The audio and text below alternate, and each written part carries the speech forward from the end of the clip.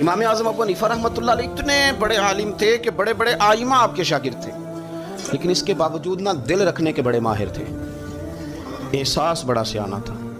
ماں جو ہوتی ہے نا، ماں وہ ساری زندگی بچے کو بڑا نہیں سمجھتی۔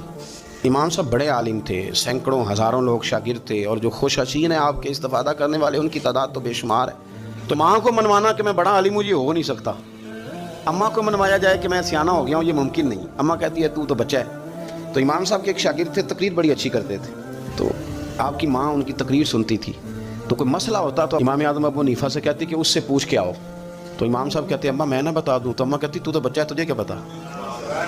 تو امام صاحب ضد نہیں کرتے کہ اماں وہ میرا شاگرد ہے، میرے پاس پڑھا ہوا ہے، چلو تقریر اچھی کرتا ہے پر میرا شاگرد ہے، ضد نہیں کرتے۔ امام صاحب اس شخص کے پاس جاتے، اس سے جا کے کہتے یار یہ مسئلہ میری اماں نے پوچھا ہے، تو بتا اس کا جواب کیا ہے۔ تو کہتے استاد جی مجھے کیا پتا ہو، میں تو آپ سے مسئلے پوچھتا ہوں۔